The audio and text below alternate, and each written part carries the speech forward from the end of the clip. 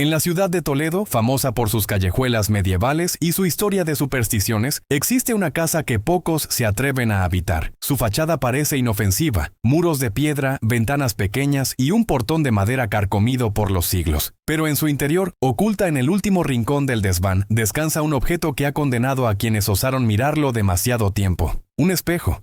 Un espejo antiguo, de marco dorado y ennegrecido por la humedad, que según cuentan no refleja la verdad, sino aquello que permanece oculto entre los límites de este mundo y el otro. La historia registrada en el Cuaderno Maldito narra la experiencia de Miguel Hernández, un hombre que en 1995 adquirió la propiedad a precio de ganga.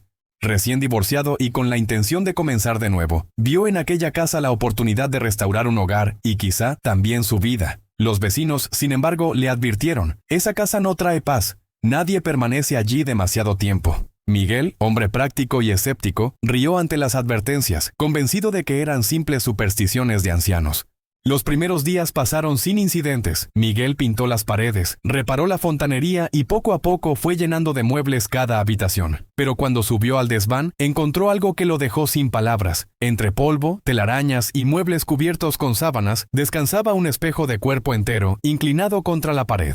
El marco, aunque cubierto de manchas, aún conservaba un extraño brillo, como si el tiempo no hubiera logrado desgastarlo. Miguel, intrigado, limpió la superficie con un trapo, revelando un cristal sorprendentemente nítido. Lo que le inquietó, sin embargo, fue la sensación inmediata de frío que lo envolvió al mirarse por primera vez en él. Un frío que no provenía del lugar, sino de la imagen misma. La primera noche después de haberlo limpiado, Miguel se despertó con la sensación de estar siendo observado. El reloj marcaba las 3 de la madrugada cuando escuchó un leve crujido proveniente del desván. Subió con cautela, convencido de que quizá era un ratón o el viento colándose por las vigas. Al abrir la puerta del desván, vio el espejo brillando débilmente bajo la luz de la luna. Se acercó y por un instante su reflejo parecía normal. Hasta que notó algo imposible. Detrás de él, en el reflejo, había una figura oscura, quieta, inmóvil. Giró rápidamente, pero la habitación estaba vacía. Cuando volvió a mirar el espejo, la figura había desaparecido. Durante los días siguientes, la visión se repitió. Cada noche, a la misma hora, el espejo mostraba esa sombra humana detrás de Miguel. Al principio pensó que era producto del cansancio o de su imaginación, pero pronto notó un patrón inquietante. Cada noche, la figura estaba más cerca. La primera vez estaba en la esquina de la habitación. La segunda, detrás de una vieja silla. La tercera, justo al lado de su reflejo. Miguel comenzó a evitar mirar el espejo, cubriéndolo con una sábana. Pero cada mañana, al despertar, la tela aparecía en el suelo, cuidadosamente doblada, como si alguien la hubiera retirado con delicadeza. La obsesión comenzó a consumirlo. Miguel empezó a grabar con una cámara de video apuntando al espejo mientras dormía. La primera grabación mostró horas de normalidad, hasta que a las 3 en punto la cinta se llenó de interferencias. En el último minuto se ve claramente cómo una figura se coloca detrás de su reflejo, acercando lentamente una mano a su hombro. Lo más perturbador fue el último fotograma antes de que la cámara se apagara. Miguel dormía en su cama, pero en el espejo. Su reflejo tenía los ojos abiertos, mirándolo fijamente a través de la cámara. Con el paso de los días, Miguel empezó a notar cambios en sí mismo.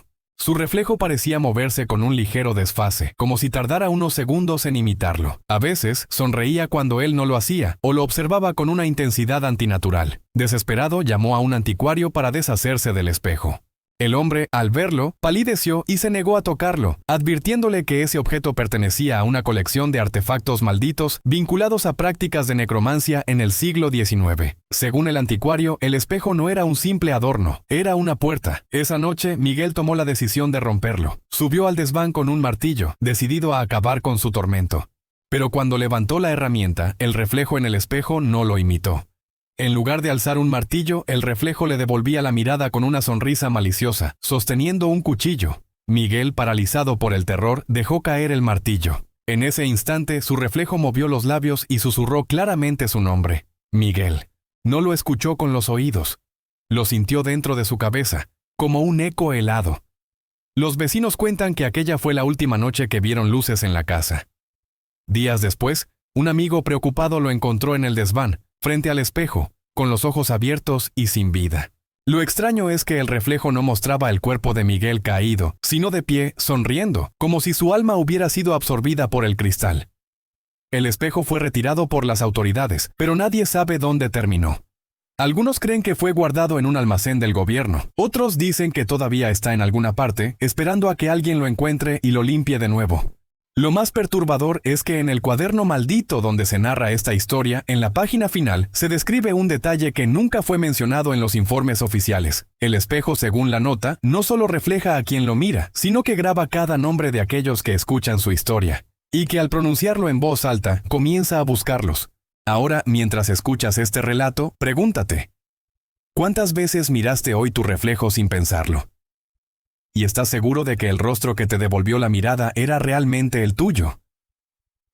Esta noche, si despiertas a las 3 de la madrugada y sientes un escalofrío inexplicable, no te atrevas a mirar en el espejo, porque puede que lo que veas ya no seas tú, sino alguien esperando ocupar tu lugar.